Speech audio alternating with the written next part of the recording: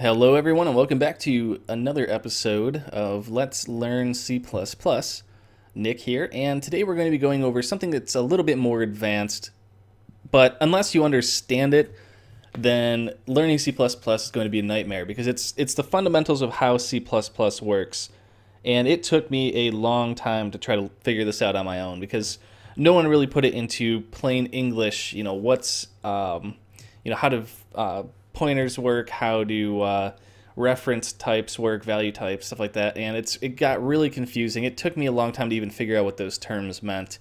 And if you've ever looked at C++ code, I'm sure you've probably seen a bunch of different stuff in there where instead of like int return here, maybe you saw a star before it, or you saw that this has an ampersand here, and there's a bunch of other stuff that this means, and there's a reason all that stuff's there, and it can be very confusing if you don't know what those mean. So to start off, I just want to show you a little example, and what I'm going to do is I'm going to go ahead and just kind of clear this out. I'm going to delete this here, and just to clear up the screen so you guys can get a little better understanding of what's going on. And I'm going to delete our function because it really is a pointless function anyways. So I'll keep int number there for now, keep it declared. But let's go ahead and let's create two new variables. And I'm going to show you guys something here, and it's going to confuse you a little bit. And I'll get back to this in a second, but this is kind of how variables will work. So what we're going to do is we're going to create two new variables called int test1 and int test2. So int test1, and this is going to start at 50 because that's what we want it to be. Int test2 equal to 100. And what I want to show you real quick is this is kind of how this works. When you're running these programs, everything gets stored in memory.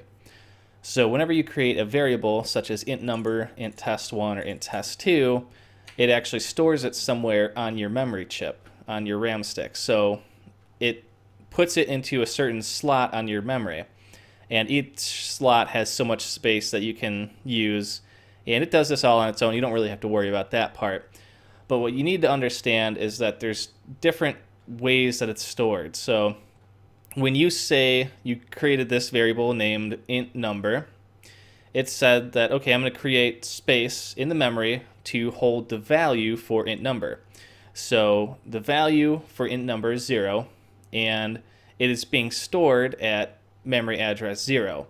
Now this isn't really how it works. I mean, this is just as basic of a picture as I could get to kind of explain how it works. So basically, every time you create something, it grabs a slot on the memory and then it uses that to store its value. So you've got the address, which is like the address on the stick of memory where it's located at, and you have the value at that address. So for int number, when you're actually adding a number to that, it says, okay, well, let's go find memory address 0, because it doesn't know what int number is. It just, there's something that'll convert this to the memory address.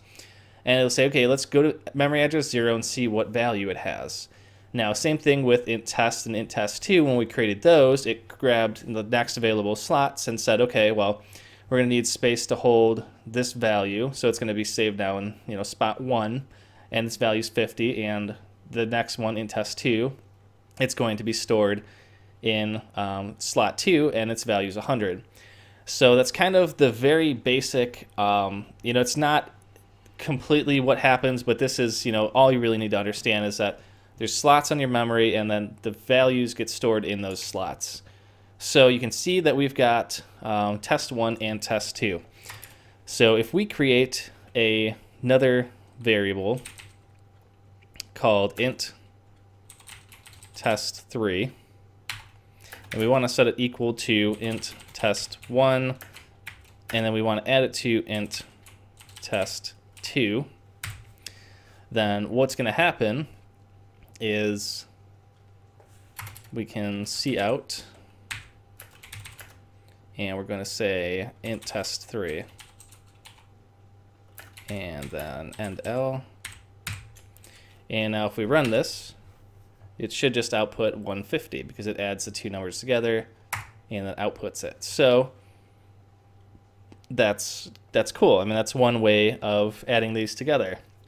Now, technically, according to our drawing, int test3 would take up the next available slot, and it would say int test3, and it would start off at 0 for the value, because whenever you declare something, it defaults to either empty or null or 0. So int test3 would technically be here. Well, let's say we want to set int test3 equal to int test1. Like, we don't want to create a new variable. We just want to use int test1, but we don't want to directly modify it. So we can say that int test3 is going to be, it's going to have a star there, and then I'm going to put an ampersand, and I'm going to put int test1. Now, what this means is the star here means that this variable is going to be an integer, but it's going to be pointing to an integer. So technically, if we ran this right now, there would be no int test3 in memory, because even though we're saying that we're creating this variable called int test3, it's just a local name, but it's not actually going to have its own value spot here. It's going to use whatever value spot is at int test1. And the reason it does that is because we have this little star here that says this here is actually, instead of being its own variable, it's going to point to the memory address of this int test1. So it's saying that int test3 is going to point, instead of being its own pointer to its own memory address, it's going to say find the address of int test1, which is right here, and then it's going to say I want to modify this value. So if we go ahead and say now int test3 equals 1, and then we see out int test1, let's find out what happens. It's putting out 1. Now, if you look at the code, this should seem weird because int test1, we're saying it's equal to 50. And that's all it should be happening, because we never change it anywhere else. We say int test1 equals 50, and that's it. We're setting int test3 equal to 1, and then we're still outputting int test1. So we've never touched int test1 directly, but by saying that int test3 is really just pointing to the memory of int test1, that any modifications to int test3 will modify int test1 as well. So even though we never touched int test1 directly, we are pointing to this variable, and we can change it like that. Now, you may be asking yourself, well, why would you ever want to do that? Why wouldn't you just say, you know, int test1 equals 1 and bypass this whole step here? Because this would technically do the same thing. It would change it to 1. Well, as I stated before, if you create variables within a function, which these are in the int main function, you can only modify them they're only available in that function. So if I created int, and I will just say int random function, and then we're going to say that this function takes in an integer type, and we're just going to call it int a. What we need to do first is add this to our header file so that it can find it when it goes to compile. So make sure to copy just the top part, no curly brackets, and save this. So now this will be able to find it. And what we can do is we're going to say, we're going to call int random function. We're just going to call it and tell it to run int random function, and we're going to pass it int test1. Now if we did this and we passed int test1 and we said int a equals 5, and then we're just going to return 0 because we're not using the return, we're just calling it here. So technically, that brings me to the next point. I can bring this up real quick. If you don't want to have a return type, if you don't, like this one here, we're not returning anything directly, I'm just going to put void, which means that there's no return type, and we have to also change it here so that it doesn't mess anything up. But so now void just basically tells it there's going to be no return on it. So instead of having to have a return there, we're just going to do this. So what we're doing is we're saying, okay, Well, we're calling this function, we're running this function int random, and we're passing in int test1.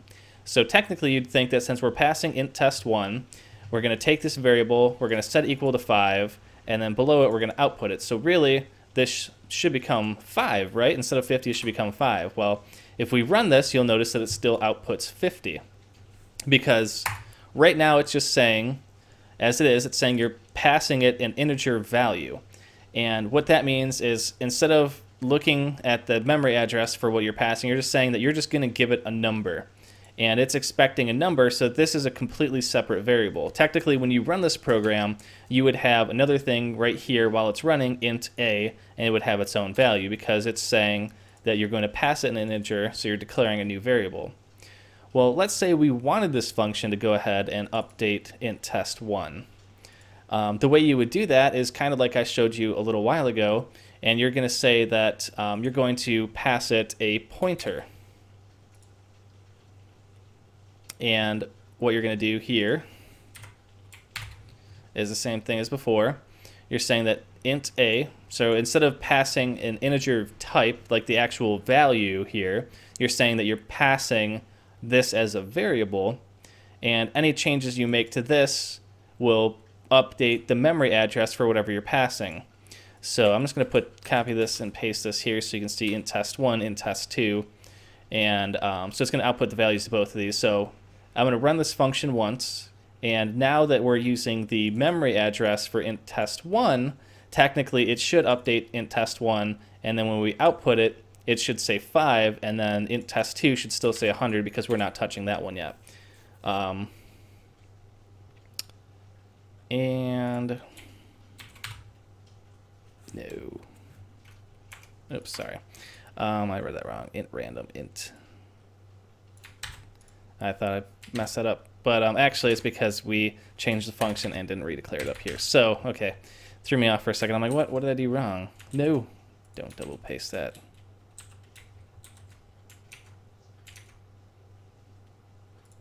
Okay, and now when you pass in the integer here, it's going to ask for the pointer. So the same way that we did with that other tutorial, which I probably should have left up there for you guys.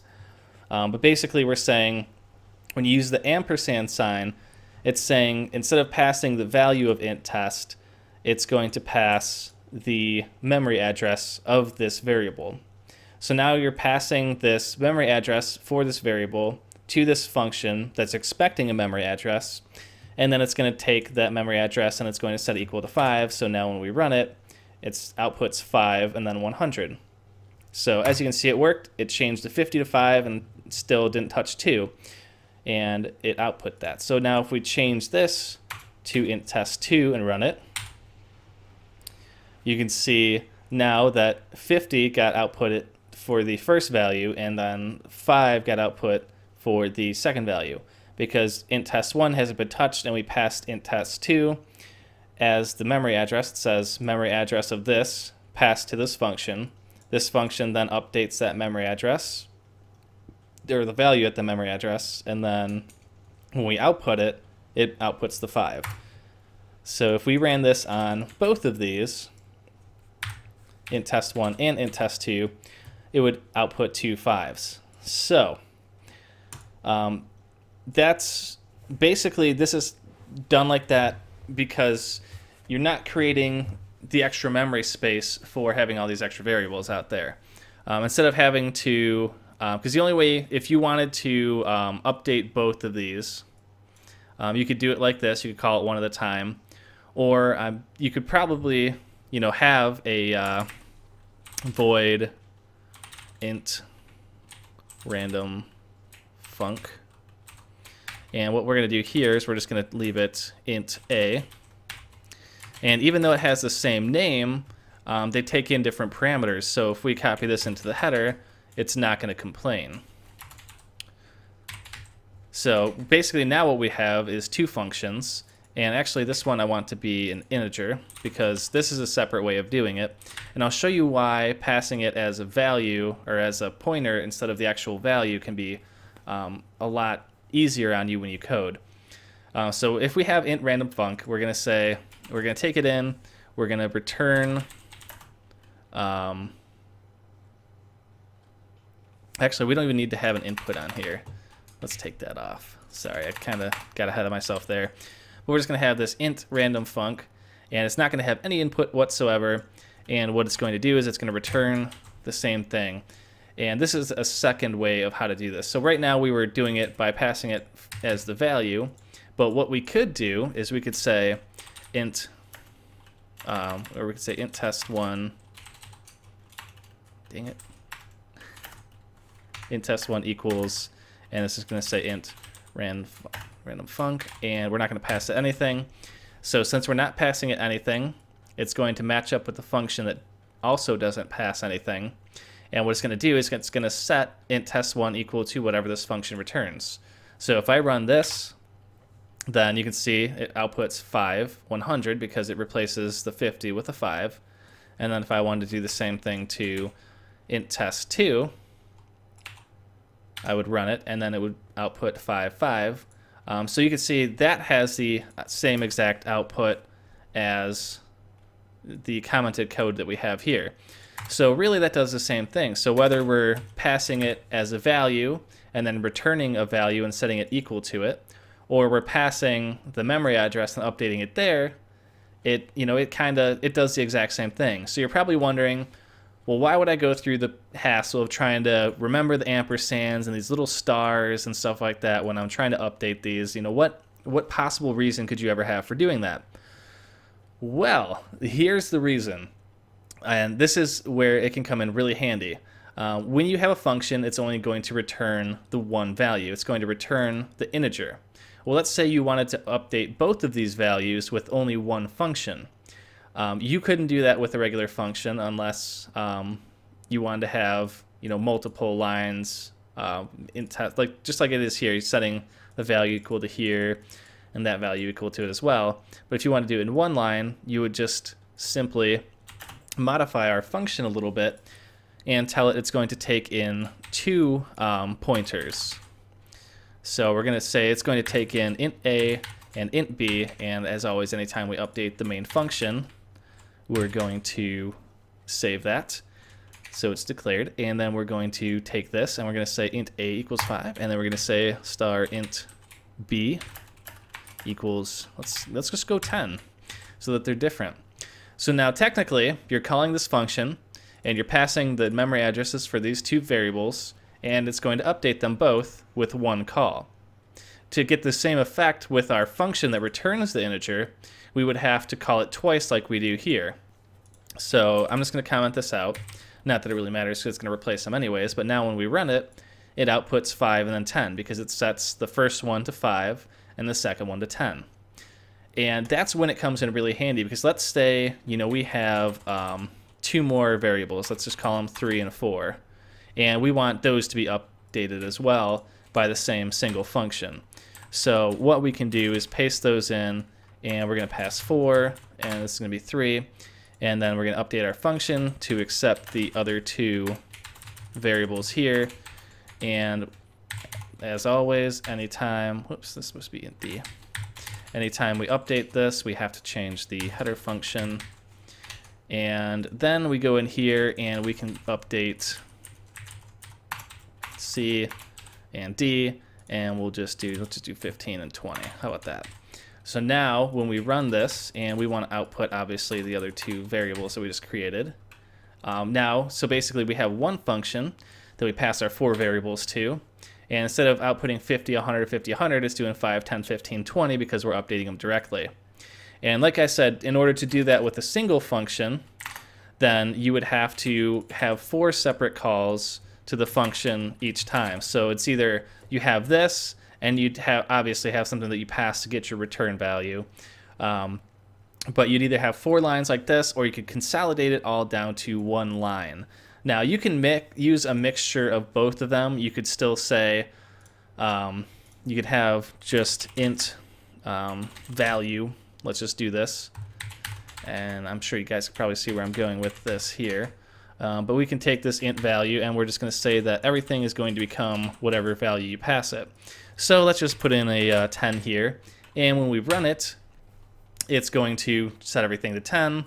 And then if we change this to 1,000, then it's going to set everything to 1,000. So I mean, you can use a mixture of value types and pointer types, and you know, there's really, it's whatever you feel like doing, whatever your need is. So like I said, this is probably the hardest thing to understand, and it took me a long time because I really couldn't find anyone that would really explain it in English like that.